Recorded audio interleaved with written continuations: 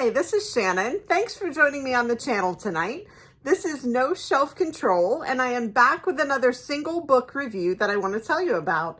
This is another one that I gave 5 stars to. I read it in 2022, but it was published right at the beginning of quarantine for COVID in 2020. So you'll hear me talk about it a little bit, but I do think the timing of this book had something to do with how it was received.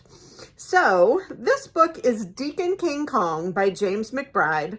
And the book says he is the author of The Good Lord Bird, which I have not read. I love the cover here. It's sort of an outline, a drawing of, who looks like he's probably the deacon. No face, but just the outline of the hat and sort of a rumpled suit. I think it goes along really well with the story. As I said, this one was published March 3rd, 2020, and that is about 10 days before school closed here, and they said we'd be back in 2 weeks, and we ended up back 2 years later. So I do think that the timing of this book, I read several reviews that said I just couldn't get through the book. I just didn't feel like the plot was clear. I just didn't feel like, we were going anywhere. And I wonder how much of that really is that we were just all over the place, all of us at that time. That our heads just weren't in the game, and sitting down and reading a book, straight through and trying to keep the plot line was just not something all of us were able to do at that particular time. So there are, lots and lots of really good reviews for this book, but as I read some of the ones that were not very positive, I couldn't help but think, I just don't think our heads were in the game at that particular time. So that's my personal opinion. I'm sure that, some of the folks who gave poor reviews to this book are, would stand by them even today. And the fact that they didn't feel like the plot was driving, or that they actually were able to follow what was going on as clearly as they wanted to be. So that is not my opinion, and we will get into that in a minute here. So this was published March 3rd, 2020 by Riverhead Books, and it is 384 pages.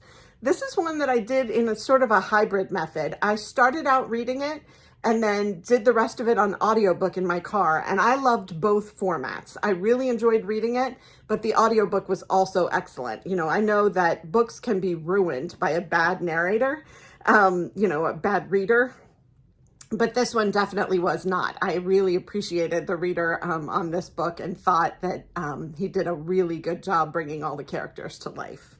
There are a lot of characters. That's one thing I should say. There are probably 15 characters that you get introduced to in the first several chapters, and you have to work pretty hard to keep them all straight, but it is definitely worth it. Let me tell you a little bit of what the book is about through the synopsis, and then we'll talk a little bit more about all those characters and what they mean. I will say that this book won a lot of awards. It won the Anisfield Wolf Book Award for Fiction, the Dayton Literary Peace Prize for Fiction, the Andrew Carnegie Medal for Fiction, the Kirkus Prize for Fiction, and the Goodreads Choice Award for Historical Fiction. So it was certainly well regarded in 2020 and 2021 when it won all of those awards. So let's get to the synopsis. It says, in September 1969, a fumbling, cranky old church deacon known as Sportcoat shuffles into the courtyard of the Cause Houses housing project in South Brooklyn, pulls a .38 from his pocket, and in front of everybody shoots the project's drug dealer at point-blank range. In Deacon King Kong, McBride brings to vivid life the people affected by the shooting: the victim, the African-American and Latinx residents who witnessed it, the white neighbors, the local cops assigned to investigate, the members of the Five Ends Baptist Church where Sportcoat was deacon, the neighborhood's Italian mobsters, and Sportcoat himself.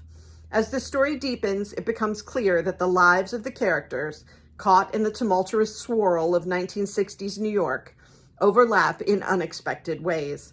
When the truth does emerge, McBride shows us that not all secrets are meant to be hidden, that the best way to grow is to face change without fear, and that the seeds of love lie in hope and compassion. So, you heard here in the synopsis that there are a lot of parties and that we're going to find out how Sportcoat's actions impact all of these different parties. Well, that means we have to be introduced to all of these different parties. And they come up at the beginning of the book, and there are 15 to 20 of them that you have to get to know, figure out where they fit in the story. And it can be a little challenging at the very beginning. A lot of people who gave negative reviews did mention that. But I would say the characters are all absolutely charming. So they feel very real to me. They feel like people that James McBride knew, either individually or some sort of concatenation of personalities of people that he knew that he's used to build these characters. But I feel like he knows this environment, this community in some way, and that he painted it, incredibly well. And I really enjoyed all of the characters and getting to know them and figuring out their stories. Now, there are they're not vignettes. The chapters they all flow together. I wouldn't say that these are individual stories, but the stories of each of these characters are also told throughout this book. So if you don't like that, that might be a reason to take a pass on this book. But there are lots of little stories here that describe the people who go to the church, that describe the Italian mobsters and what's going on with one of the Italian mobsters' mother and her relationship with one of the Black church members in the Cause Housing Project. So you get all of this information and a lot of color. I guess that's why it's 380 some odd pages, is we have a lot of story here. It is not just the story of Sportcoat and what happens when he shoots the drug dealer. It is the story of all of these people, the stories of all of these people and what happens in their lives, both because of Sportcoat and around the Sportcoat story. So I loved it. I loved getting to know all these people. I loved the unique sort of idiosyncrasies of each of their lives and how we learned about all of it. And it all came together at the end. I loved that. I was really surprised that he was able to pull that off. There were also a couple of gotcha moments in there where I went, oh, I didn't see that coming.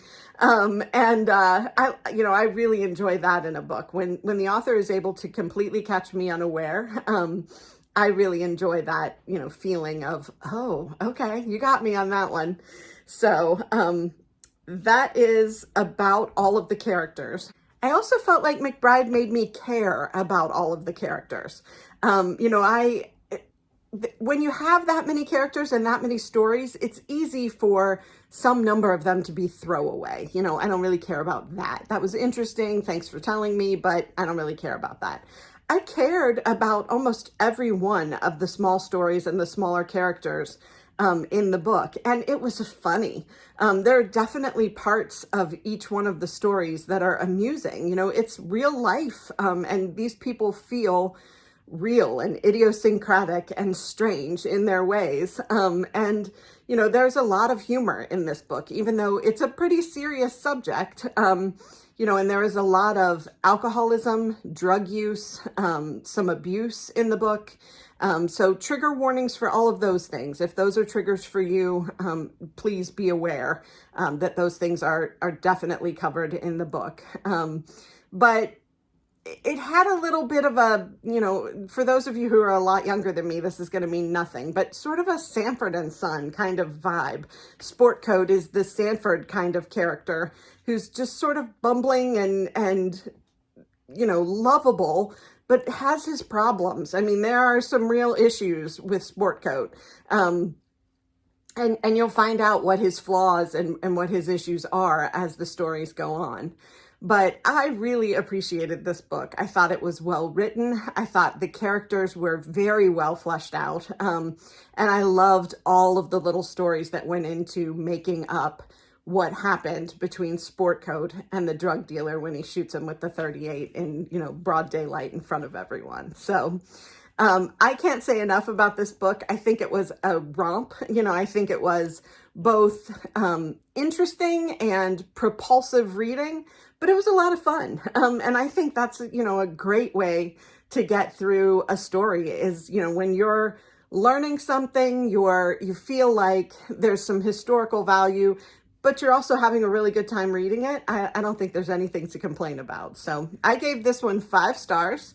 I hope that you will check it out and pick it up. It is Deacon King Kong by James McBride, and it came out in 2020 in early March. So I hope you enjoyed this review. If you did, please click like and subscribe. Let me know that you enjoyed it so that I can do more things like this.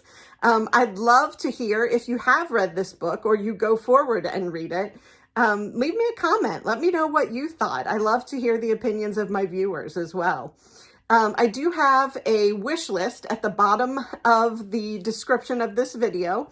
If you would like to gift me with a book from bookshop.org, go to that wish list. They will send the book directly to me. They'll send me an email to let me know it's coming, and I will read it, give it a review, and give you a shout out on the channel. So I have a lot more single book reviews to do. I have all of the videos for the months of April and May about the books that are coming out each week on Tuesday and the ones that I'm excited about. And I have a couple of surprises up my sleeve. So I hope you will come back and watch more videos, and I will talk more things bookish with you again soon. Take care. Bye.